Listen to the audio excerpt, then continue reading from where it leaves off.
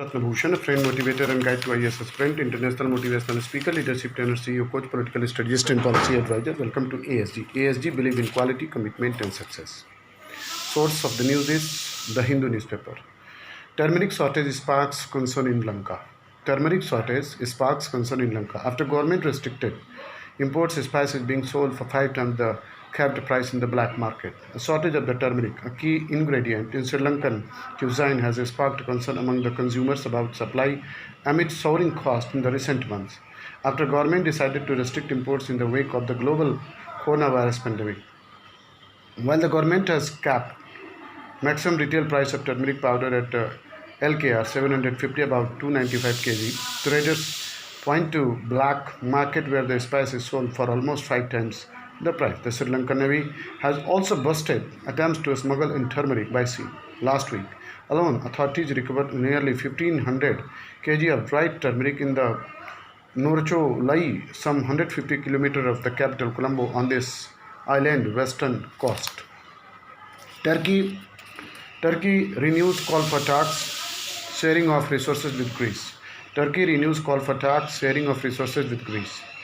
Turkey's foreign minister said on Tuesday this country favors a dialogue with the rival Greece that would lead to the fair sharing of resources in the eastern of Mediterranean, where the two countries were locked in the sense of the standoff that threatened to spill into a conflict. Speaking at a new conference with its Algerian counterpart, Mevlut Cavusoglu also accused Greece of engaging in the provocative activities in the region with the backing of the European Union, which has threatened sanctions against Ankara. We favor a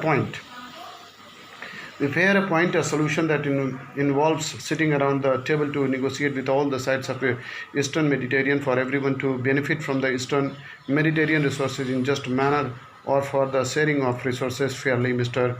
Cavusoglu said. Both countries' forces have been conducting military exercises in the seas between Cyprus and Greek island of Crete.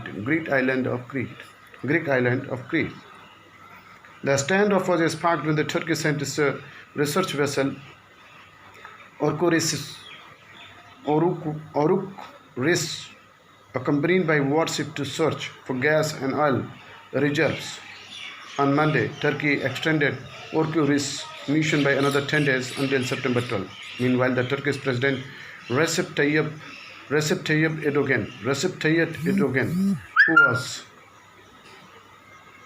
who was threatened Greece with military actions, described Turkey's activities in the Eastern Mediterranean as the pursuit of its rights and justice, denounced what he said were Greek efforts to imprison Turkey to a small region surrounding its coast, efforts to be descent on the reaches of Mediterranean, which are rights of every country around it, is an example of modern-day colonialism, Mr. Erdogan said.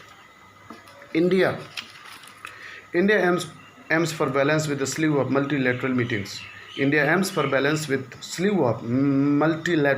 Ministerial meeting of SCO Quad members scheduled. Defense Minister Rajnath Singh and the External Minister S. Jaishankar will meet their Russian and Chinese counterparts next week for the Shanghai Cooperation Organization SCO meeting, while the New Delhi is planning to host their American counterparts for the India-US 2+2 talks, as well as a meeting of the foreign ministers of the Quad, including Australia and Japan, in October, several officials confirmed. The plans for the meetings by the government indicates it is still pursuing both strategic formation despite rising tensions at the line of control with China. On Wednesday, Defense Minister Rajnath Singh will leave for Moscow to attend the SCO Defense Ministers meeting on September 3rd. The Minister's office tweeted on Tuesday he will attend the meeting alongside Defense Minister for China and Pakistan, although the only bilateral meeting planned is with Russian Defense Minister Sergei Shoigu. On September 4, Mr. Jaishankar will attend a virtual meeting of the Brazil, Russian, India, China, South Africa BRICS foreign minister.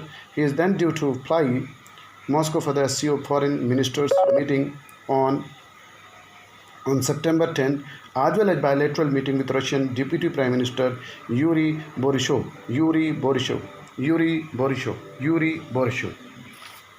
India-Russia to hold naval drills in Andaman Sea. India-Russia to hold naval drills in Andaman Sea amid high operational alert by the Indian Navy in the Indian Ocean region. IOR, due to the ongoing stand of the China in Ladakh, India and Russia are scheduled to hold the bilateral naval exercise in Indra 2020 in the Andaman Sea, close to the strategic Strait of Malacca later this week. 3 Russian Navy ships will take part in the exercise on September 4 and 5, along with an equal number from the Indian Navy, along with some aircraft, defense sources said. This is also the first bilateral naval exercise since all such engagements were suspended due to the COVID-19 pandemic. The timing of the exercise coincides with the Defense Ministry Rajnath Singh's visit to Russia for the Shanghai Cooperation Organization Defense Ministers meet. It also comes just after India withdrew from the Caucasus 2020 multinational exercise in Russia that is scheduled for later this month. While the stated reason for the withdrawal was the COVID-19 pandemic, defense sources said that it was due to the participation of Chinese troops. So instead of exercising with Chinese troops in Caucasus 2020, we would exercise with Russian Navy near the mouth of Malacca. Another source. Disruptions and chalking out a new idea for education. When the novel coronavirus first made the headlines at the beginning of the year, few the committee of nations would have thought even their wildest dreams that was going to have so much of an impact that not even a single sphere of the life would be left unaffected. Now, 6 months into the pandemic, not only that there been a colossal loss of life and economic damage the world over, but COVID-19, as it has come to call, is leaving a lasting impression on education. This is turned in the bound to have a telling impact on the generation to come.